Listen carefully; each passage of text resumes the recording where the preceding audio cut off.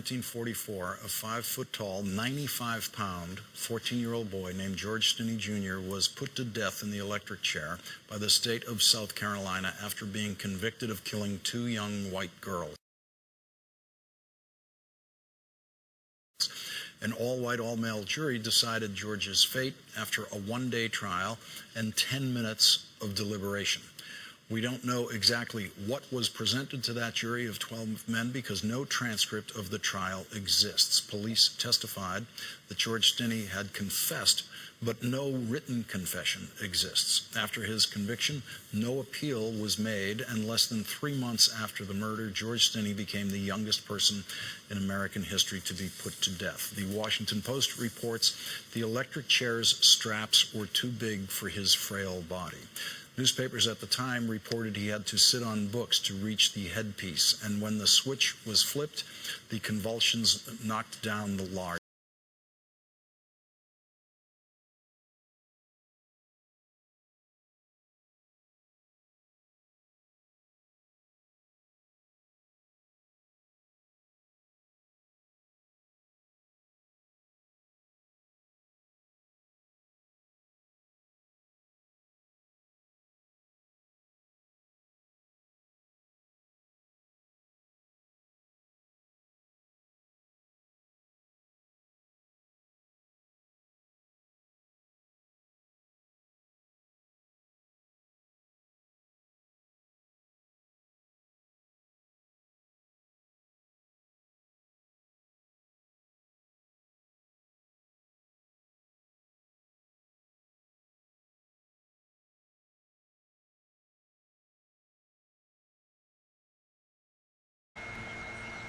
Peace, peace.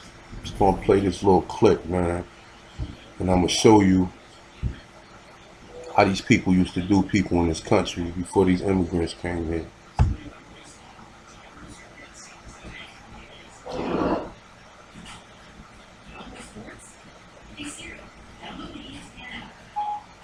They made a movie about this shit. Like, they did a lot of reenactment of them killing a 14-year-old boy. You know, I mean, when did this shit ever, like, you know what I'm saying? Like, and then people want you to forget about this shit. Like, you know, now, you know, before you didn't have access to internet to know about the horrific stuff that's going on in this country. You got people who come here and want you, oh, y'all, all y'all do is bitch about what happened to y'all. I mean, when you see stuff like this shit is not nice, man. And I'm gonna read some of the comments to you and let you see what some of the people were saying. Look at him. Look. They wouldn't dare let one of their kids go into none of that, no type of shit like that.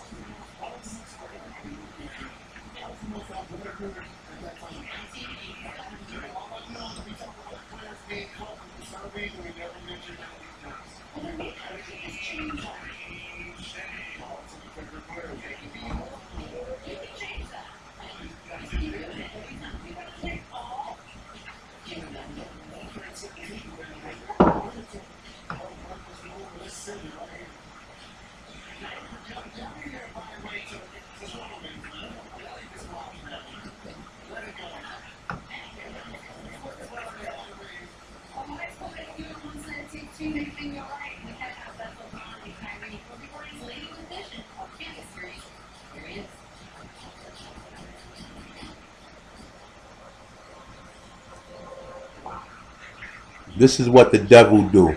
Look, you see what the devil do?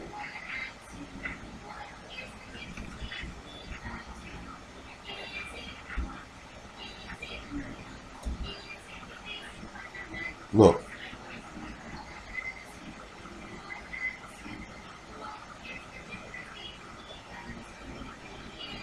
And the sad part is no one stood up and said, yo, man, this shit is wrong, bro. Like, no one got any empathy or sympathy. They've been programmed. These people believe they doing the right thing. Do you see how sick these people is? They think they doing the right thing. Look at this. By killing a 14-year-old boy who they made admit because he gave him an ice cream cone. The little boy admitted to killing 2 girls because they gave him an ice cream cone. And they know damn well the boy didn't do it.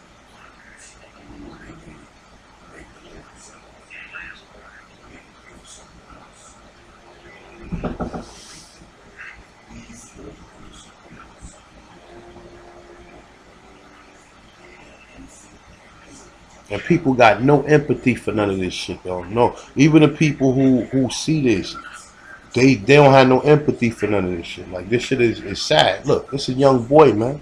And I know this is a reenactment, but just I really don't even want to watch it. But I just want to make the video just to put it out there.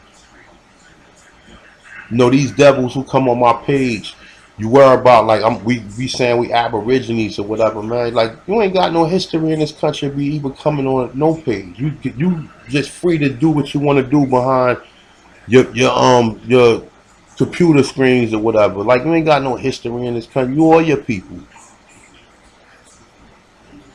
They was doing this. They did this 70 years ago.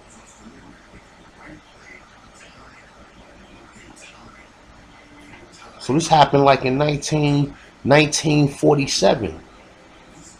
Look.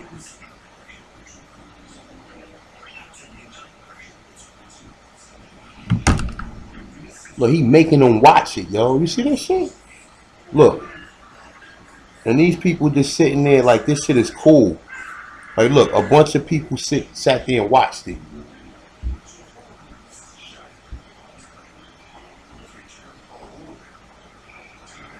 Check this out. Read some of the comments.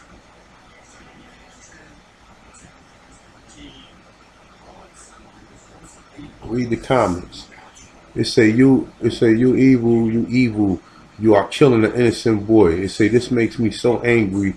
He had his life taken. It say for no fucking reason. It say this is the most evilest thing I have ever witnessed. And this is more evil than the shit we seeing now. We seeing shit now that's evil. You know, so I mean, look, man, I'm gonna go ahead. I'm gonna show y'all something else, man. You know, I know a lot of y'all know about this.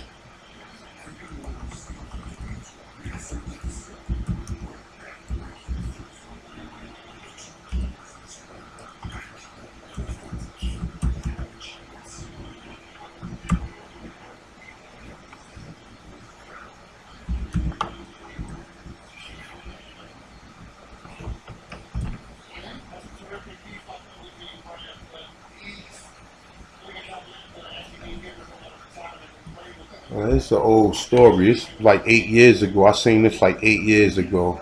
This brother was telling a story. Let me see if it's out.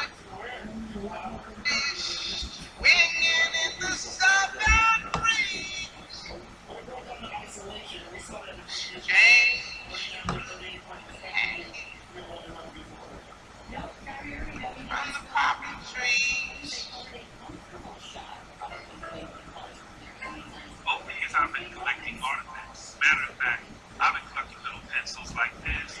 I've seen alligators on jars. I've seen alligator ashtrays, and I've seen them depicted with kids in it. And I was wondering why the children would be there. As a matter of fact, this particular pencil sharpener, this is the pencil sharpener or a pencil holder, but the kid, the black head of the baby sitting out of his mouth. I didn't pay any attention. I have been collecting quite a few years, and I have the posters and things like that about different things. And one day I was down in Florida. I'd gone down with my wife, and I took a trip for myself off to Marble Area, then going out to hunt artifacts. And in my quest to hunt artifacts, I came upon a pawn shop in Sanford, Florida. In the pawn shop was a gentleman who owned it. They went and got him and told him I was there and I wanted to buy some of the shackles he had hanging around the walls. I asked him, could I buy them? He said no, he didn't want to sell anything. He just wanted me to see them. Then we began to talk. And I asked him, I said, look, please let me buy something. I got to take something from you.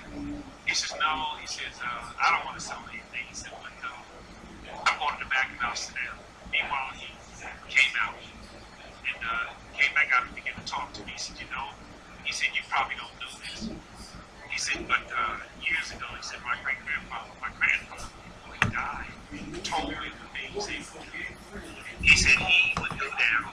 He said his grandfather said he would go down and they would take babies with him. I said, what do you mean babies? He said, well, let me tell you. He said the slave babies, the slaves who had babies, they they would steal the babies during the course of the day. Sometimes the mothers run punches. I said, what do you mean babies? I said, you mean babies like 5 or 6 years old? He says, no. These babies, some would be infants, some would be a year old. He said, some would be toddlers. He said, they would grab these children and take them down to the swamp and leave them in pens like little chicken coops. They would go down there at night, take these babies, tie them up because they hunted the big bull alligators. These big bull alligators were not raised on farms. They were in the wild. These alligators would weigh 600, 700, 800 pounds. Those are the ones they wanted. They would skin them, make the wallets, get the meat, do different things with them. He said, but what they were doing was tie them up, put a rope around their neck and around their torso, around here, and tie it tight. He said, the baby, I said, well, what would the babies be doing? He said, well, my grandfather said they'd be screaming. He said, what would you do? He said, just let them scream. He said, what they would do, it would help them to jump in water. He said, when they would throw the babies in, tied to this rope, he said, in a matter of minutes, he said, the alligators would move. He said, the alligators would clamp his jaws on that child. Swallow. As a matter of fact, once he clamped on him, he was really swallowed. You couldn't see anything but the rope. And we would pull the alligator in and tie his nose and hit him in the head with an axe, a pickaxe. He said, we would then drag him to the shore. We drag him to the shore and leave him laying. We do it again, maybe 2 or 3 times a night. He said, I said, so what do you mean? He said, well, yeah, they're taking these babies and killing them for alligator thing. I said, so all these things I've been neglecting, all these things I've been neglecting are really, really something that I can really talk about and say they are the truth. By what you say, he said, I'm telling you, he said, nobody wants to talk about it.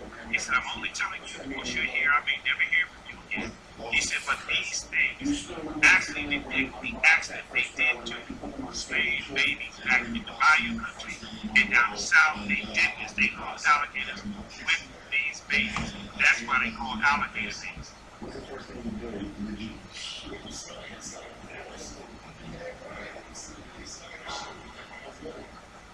Black bodies swinging in the southern breeze.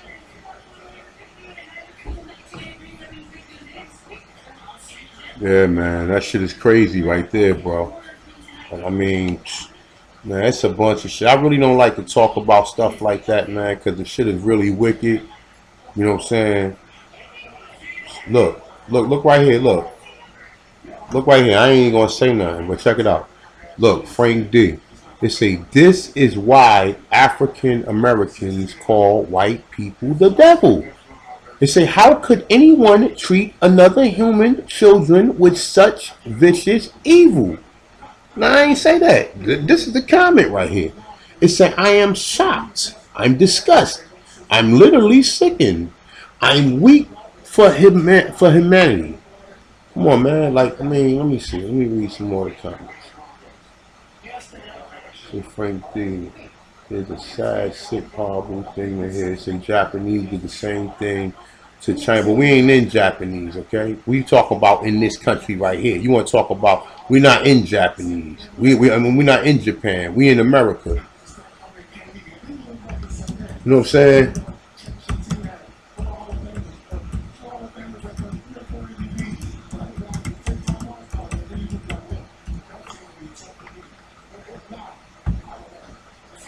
So I'm saying, like, see how he diverted it? He said they do the same thing in China, but we ain't talking about China. We talk about over here where your punk ass is at.